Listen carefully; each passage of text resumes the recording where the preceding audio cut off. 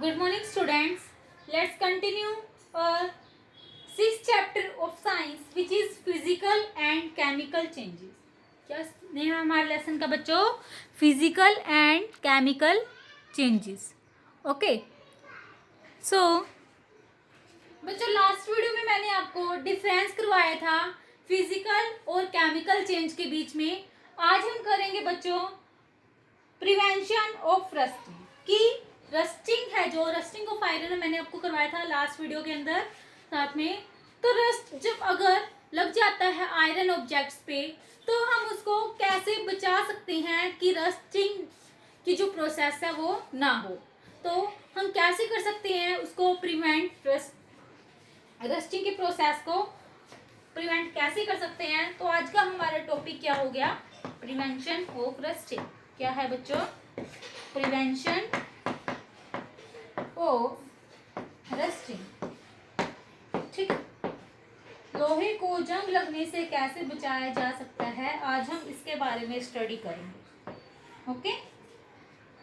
सो आपकी बुक में page number 89 पे दिया गया है बच्चों. उधर से हम पढ़ेंगे prevention of rusting. For rusting both water and oxygen should in contact with iron. क्या बोला गया है कि जब रस्टिंग के प्रोसेस कोज होती है तो जो वाटर और ऑक्सीजन है कांटेक्ट में आते हैं एक दूसरे के और आयरन के साथ. एक दूसरे के कांटेक्ट में आएंगे वाटर और ऑक्सीजन जो है आयरन के जब कांटेक्ट में आते हैं तो उससे जो प्रोसेस है रस्टिंग की वो कोज होती है. If any one of these is prevented to come in contact with iron. क्या बोला गया है? If any one of these is prevented to come in contact with iron.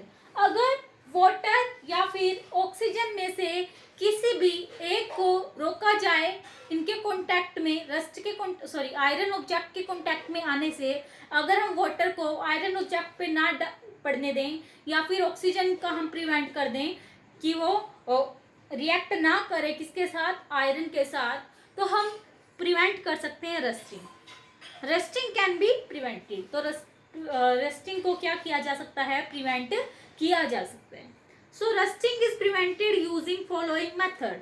So rusting है जो हमारी प्रोसेस, उसको कुछ मेथड्स का यूज करके हम प्रिवेंट कर सकते हैं. और वो मेथड्स क्या क्या हैं बच्चों, वो मैं अब आपको बताऊंगी. सबसे पहले तो मैं आपको नेम बताती हूँ कि कौन कौन से वो मेथड्स हैं. सबसे पहला मेथड है बच्चों पेंटिंग. क्या मेथड है? पेंटिंग. पेंट करके हम बचा सकते हैं. सेकंड है applying layer of grease. Grease की एक लेयर अप्लाई कर दे आयरन ऑब्जेक्ट पे तब भी प्रिवेंट किया जा सकता है रस्टिंग ऑफ आयरन को. और थर्ड मेथड दिया गया है गैल्वेनाइजेशन. गैल्वेनाइजेशन एक मेथड है, उसकी जो पूरी प्रोसेस है वो आपको बताऊंगी मैं. फोर्थ दिया गया है एलोइंग. एलोइंग भी एक प्रोसेस है बच्चों, उसके बारे में मैं आपको बताऊंगी. तो ये है हमारे 4 मेथड जिससे हम प्रिवेंट कर सकते हैं रस्टिंग की प्रोसेस को. सबसे पहले हम पढ़ेंगे बच्चों पेंटिंग. क्या पढ़ेंगे? पेंटिंग. ठीक है. अगर हम पेंट कर दें तो रस्ट से हम बचा सकते हैं. तो क्या लिखा गया आपकी बुक के अंदर, आप देख सकते हो बुक में. Articles such as iron gates, grills etc. are painted at regular intervals of time. कि जो आर्टिकल्स हैं आयरन ऑब्जेक्ट के, जो भी आर्टिकल्स बने हुए हैं लाइक गेट, जो गेट हैं लोहे के बनी हुई हैं, ग्रिल बनी हुई हैं, ठीक है, या फिर और कोई भी ऑब्जेक्ट हो सकता है, जो आर्टिकल हो सकता है जो आयरन का बना हो, उसको पेंट किया जाए. क्या किया जाए बच्चों? उसको पेंट किया जाए at regular intervals of time. लगातार टाइम टू टाइम हम क्या करें, अगर उसको पेंट करें तो हम लोहे को जंग लगने से बचा सकते हैं, हम रस्टिंग को प्रिवेंट कर सकते हैं. तो आपको इसमें लिखना होगा articles such as iron gates, grills etc. are prevented by painting at regular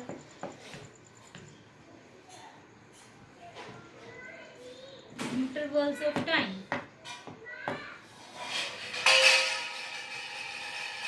ठीक है बच्चों, तो ये हमारा जो फर्स्ट पॉइंट है प्रिवेंशन ऑफ रस्टिंग में पेंटिंग कंप्लीट होता है। नेक्स्ट जो दिया गया है मेथड वो है अप्लाइंग लेयर ऑफ ग्रीस, कि जो लेयर है ग्रीस की अप्लाई करके, तो क्या लिखेंगे हम, अप्लाइंग लेयर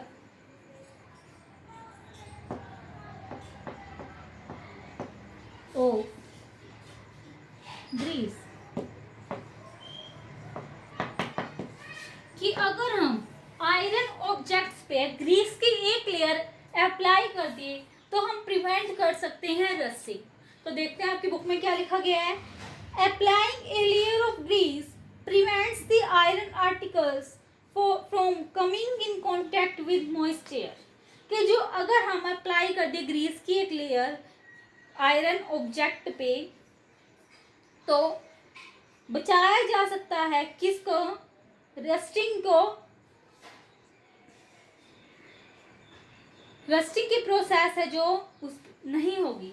क्यों नहीं होगी, क्योंकि हमने ग्रीस की लेयर अप्लाई कर दिया है, और ग्रीस की लेयर अगर हमने अप्लाई कर दी तो क्या होगा, जो मॉइस्ट एयर है वो उसके कांटेक्ट में, आयरन के कांटेक्ट में वो नहीं आएगी।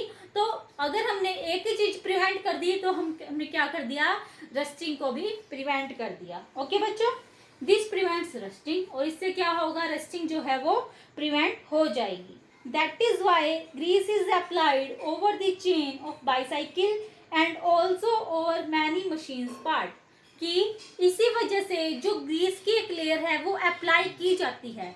किस पे की जाती है, आपने देखा होगा आपके पास जो साइकिल है बच्चों आप चलाते हो, ठीक है, या फिर आपने घर में देखा होगा, उस पे क्या होती है, ग्रीस की एक लेयर अप्लाई होती है ताकि जो आयरन ऑब्जेक्ट है उस पे क्या ना हो, रस्टिंग कोज ना हो, ठीक है। उसको इससे प्रिवेंट करने के लिए, या फिर कोई भी मशीन का पार्ट है उस पर हम क्या कर दे, अगर ग्रीस अप्लाई कर देते हैं तो हम रस्टिंग से प्रिवेंट कर सकते हैं। So this prevents rusting. So grease की एक लेयर अगर हमने अप्लाई कर दी तो उसको हमने क्या कर दिया, रस्टिंग से बचा लिया। ठीक है बच्चों, ये है हमारा सेकेंड पॉइंट। सेकेंड पॉइंट में जो आपके पास ये क्वेश्चन भी आ सकता है कि why grease is applied over the chain of bicycle and also many machines part। क्या क्वेश्चन आ सकता है बच्चों आप पे, इंपॉर्टेंट है ये। why grease is applied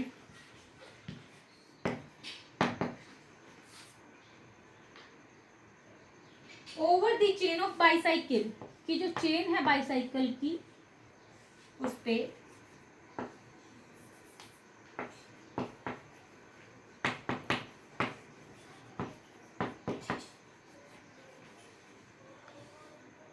and also over many machine parts। तो आप आंसर में क्या लिखोगे, आपको लिखना है applying a layer of grease prevents the iron articles from coming in contact with moisture, this prevents rusting। तो आपको जो ये लाइन लिखी गई है applying layer of grease में applying से लेकर रस्टिंग तक लिख लेनी है। ठीक है बच्चों, ये हो गया हमारा second method prevention of rusting में। अब हम करते हैं थर्ड मेथड। थर्ड मेथड हमारा क्या दिया गया है बच्चों, बुक के अंदर पढ़ो आप इतने।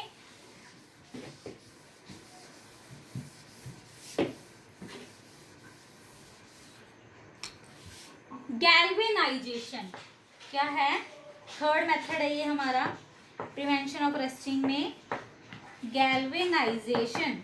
ठीक है, गैल्वेनाइजेशन का बच्चों हिंदी में मीनिंग होता है प्रेरित करना।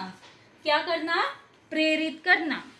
तो इस प्रोसेस में क्या बोला गया है, in the process of galvanisation A layer of non-reactive metal such as zinc is deposited over iron articles.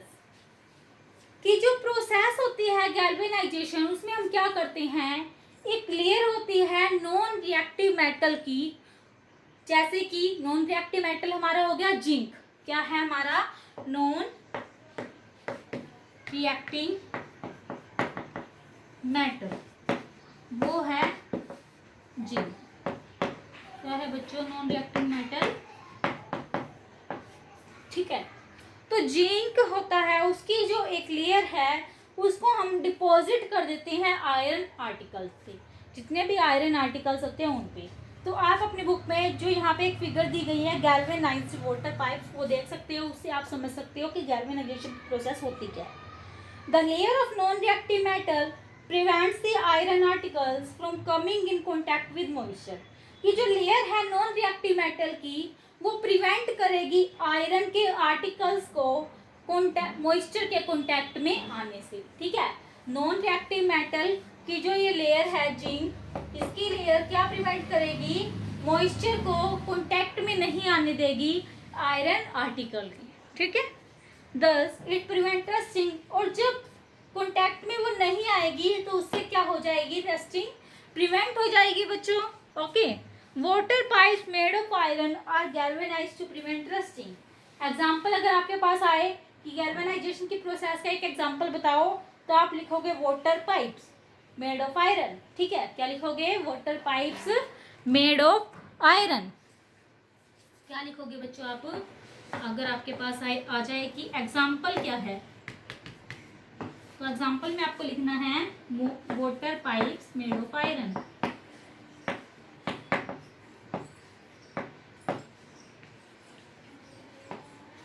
ठीक है। तो ये हो गया बच्चों आपका कौन सा, गैल्वेनाइजेशन। तो गैल्वेनाइजेशन की जो प्रोसेस है उसकी जो डेफिनेशन आएगी उसमें आपको क्या लिखना है, in the process of galvanisation, in the process of galvanisation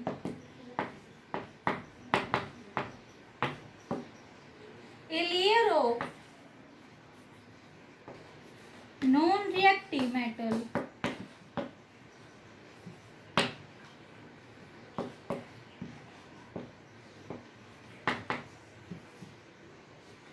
such as zinc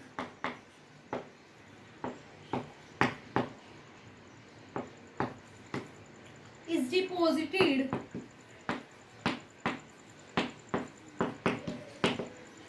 over iron articles.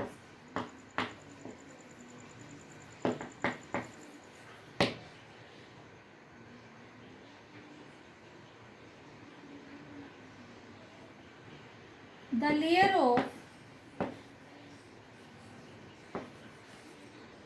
non-reactive metal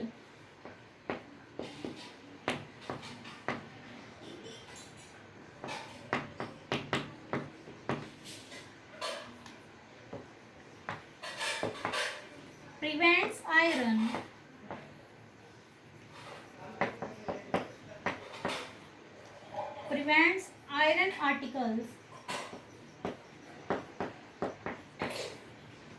from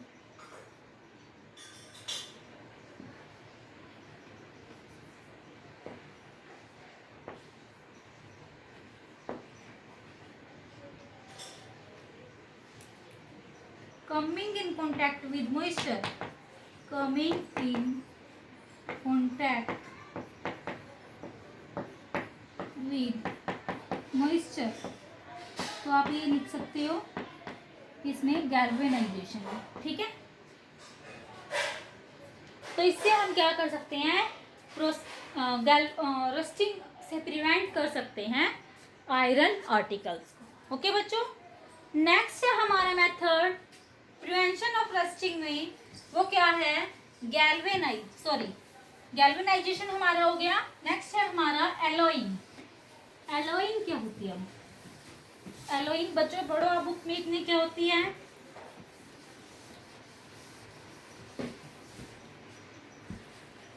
fourth method है हमारा प्रिवेंशन ऑफ रस्टिंग में एलोइंग, ALLOYING। ठीक है। क्या दिया गया है बुक में, एलोइंग का जो मीनिंग होता है बच्चों हिंदी में, उसको बोलते हैं मिश्र धातु। क्या बोलते हैं? मिश्र धातु। की धातु है वो मिक्स है। ठीक है, वो कोई भी धातु है वो मिक्स हुई है। तो बोला गया है corrosion of iron can be prevented by alloying it with other metals such as nickel, chromium, etc. कि जो कोरोजन है आयरन, कोरोजन क्या होता है? आयरन पे जब क्या लग जाता है, जंग लग जाता है, रस्ट हो जाता है, रस्टिंग हो जाती है प्रोसेस, तो उसको बोला जाता है कोरोजन। कोरोजन ऑफ आयरन को हम प्रिवेंट कर सकते हैं एलोइंग, एलोइंग से दूसरे मेटल के साथ। दूसरे मेटल्स कौन कौन से? जैसे हो गया हमारा निकल, क्रोमियम एटसेट्रा। ठीक है। हम लिखेंगे इसके अंदर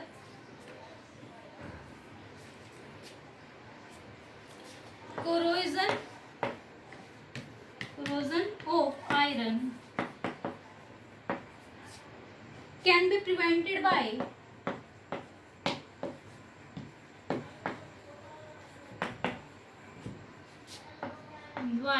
alloying।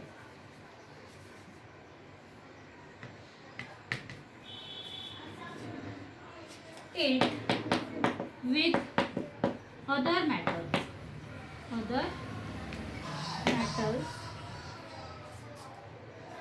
such as, कौन कौन से मेटल हो सकते हैं वो? निकल, ये सब मेटल है बाबू, उनके नाम याद करने पड़ेंगे आपको। क्रोमियम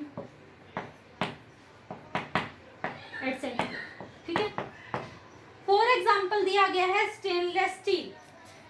एग्जाम्पल क्या है एलोइंग का? Stainless steel. जो हमारे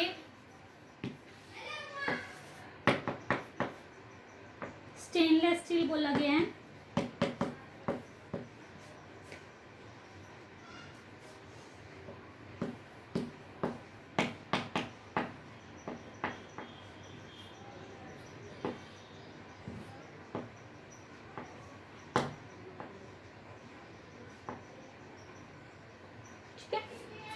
सो स्टेनलेस स्टील में क्या है? विच डज नॉट रस्ट, जो क्या है? एक रस्ट नहीं है। एक एलोय है आयरन का, एलोय आयरन का है, लेकिन आयरन के साथ उसमें क्या मिक्स है? निकल एंड क्रोमियम। निकल, क्रोमियम या फिर मैंगनीज। मैंगनीज भी क्या है हमारा बच्चों? एक मेटल है। ये भी आपको याद करना ही पड़ेगा इसका नाम। ठीक है। Similarly alnico used in permanent magnets. Alnico है, यूज किया जाता है परमानेंट मैग्नेट्स में, जो किसका एलोय है? एल्यूमिनियम का, निकल का और कोबाल्ट का। तो जो स्टेनलेस स्टील आर्टिकल्स होते हैं उसका जो एग्जांपल, ये एग्जांपल है हमारा एक एलोइंग का। ठीक है। ALLOYING बच्चों, ये हो गया हमारा फोर्थ एलोइंग मेथड कंप्लीट। ठीक है। उसके बाद आपका जो लास्ट टॉपिक है इस बुक चैप्टर में, वो क्या है? क्रिस्टलाइजेशन। प्रिवेंशन ऑफ रस्टिंग हमने पढ़ ली बच्चों। प्रिवेंशन ऑफ रस्टिंग में हमने क्या क्या पढ़ा? सबसे पहले पढ़ा हमने पेंटिंग, कि हम पेंट करके कर सकते हैं प्रिवेंट रस्ट को। उसके बाद हमने पढ़ा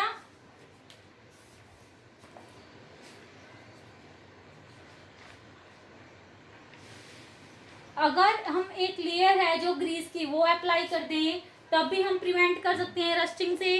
थर्ड मेथड हमने पढ़ा गैल्वेनाइजेशन, एंड फोर्थ मेथड पढ़ा हमने बच्चों एलोइंग। ठीक है। तो ये हमारा जो प्रिवेंशन ऑफ रस्टिंग है ये कंप्लीट होता है। अब हमारा जो नेक्स्ट टॉपिक है, लास्ट टॉपिक है इस चैप्टर का बच्चों, वो क्या है? क्रिस्टलाइजेशन। क्या है? क्रिस्टलाइजेशन।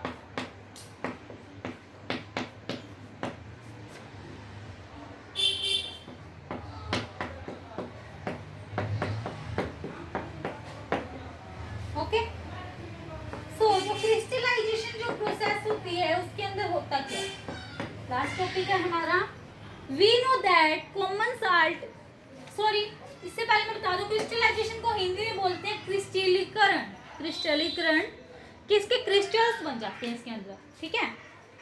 तो बुक में क्या दिया गया है, we know that common salt is obtained by the process of sea water. हमें पता है कि जो कॉमन साल्ट है उसको ऑब्टेन्ड किया जा सकता है, किया जाता है कौन सी प्रोसेस के द्वारा, इवेपोरेशन, इवेपोरेशन की प्रोसेस के द्वारा हम जो सी वाटर में होती है उससे हम साल्ट को ऑब्टेन कर सकते हैं बच्चों। But crystals of common salt are very small, लेकिन जो क्रिस्टल्स होते हैं कॉमन सॉल्ट के वो क्या होते हैं, बहुत ही छोटे होते हैं, स्मॉल होते हैं साइज में।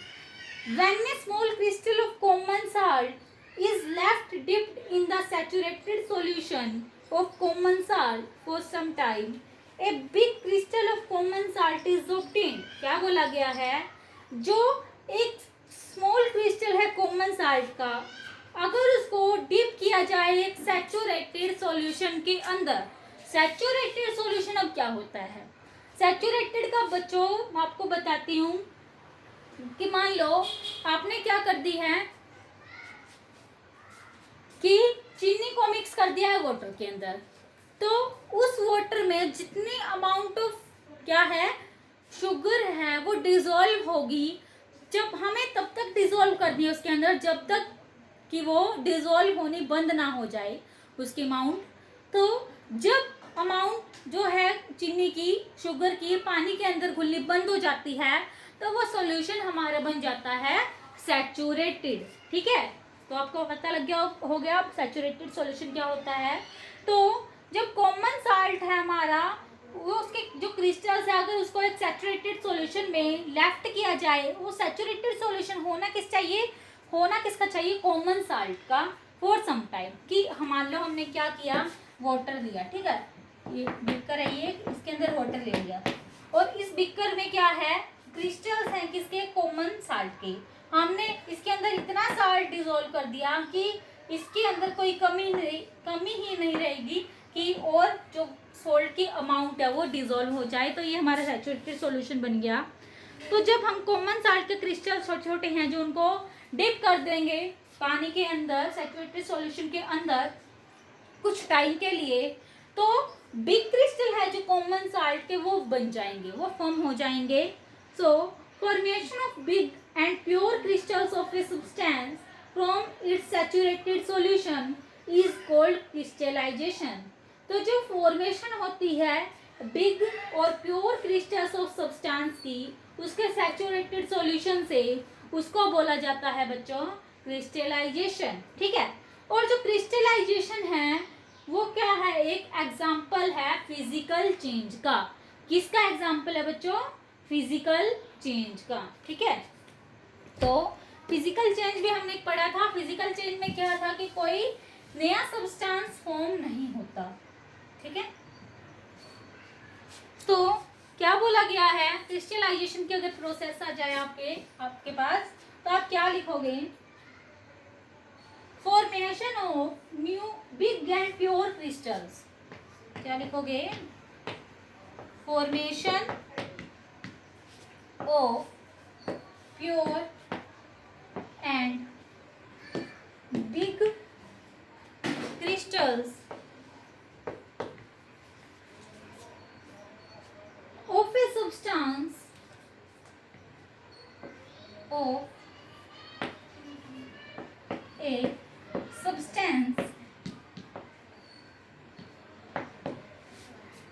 from its saturated solution, from its saturated solution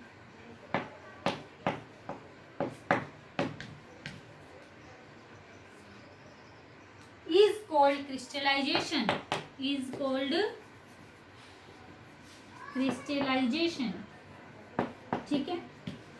तो क्रिस्टलाइजेशन की प्रोसेस क्या हो गई बच्चों, पता लग गया होगा अब आपको कि जो फॉर्मेशन होती है प्योर और बिग क्रिस्टल्स की, कि जो क्या होती है, फॉर्मेशन होती है प्योर और बिग क्रिस्टल्स की ऑफ ए सब्सटेंस, किसी भी सब्सटेंस के, फ्रॉम इट्स सैचुरेटेड सॉल्यूशन, उसके सैचुरेटेड सॉल्यूशन से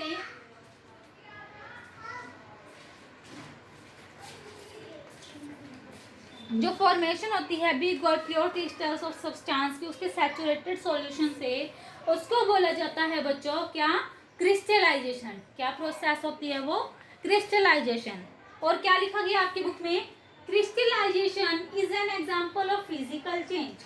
और जो क्रिस्टलाइजेशन प्रोसेस होती है वो एग्जांपल है फिजिकल चेंज का।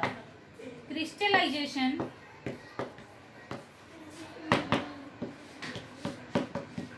is an example of physical change। ठीक है, फिजिकल चेंज। तो ये होता है बच्चों हमारा टॉपिक कंप्लीट। ठीक है,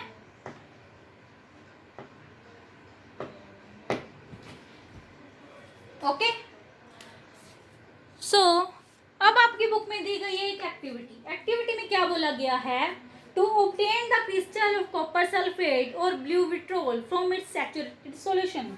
हमें क्या करने हैं, ऑब्टेन करने हैं। क्या ऑब्टेन करना है, कॉपर सल्फेट के क्रिस्टल उसके सैचुरेटेड सॉल्यूशन से।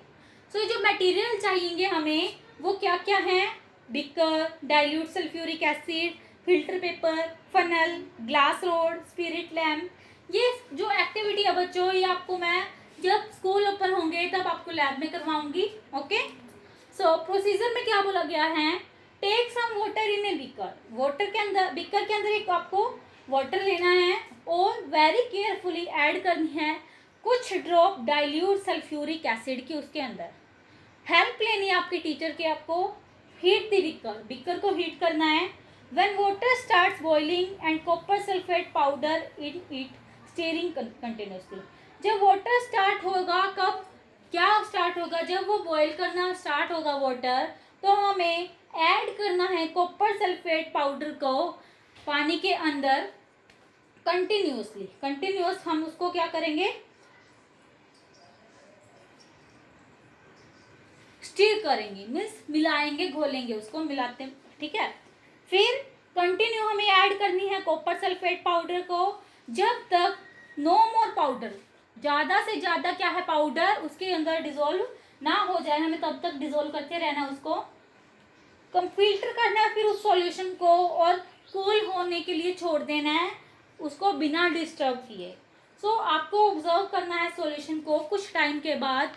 सो ऑब्जर्वेशन में क्या दिया गया है बच्चों, क्रिस्टल्स हैं जो कॉपर सल्फेट के दिखेंगे हमें बिकर के बॉटम पे। क्या दिखेंगे, बिकर के बॉटम पे हमें क्रिस्टल्स दिखेंगे कॉपर सल्फेट के।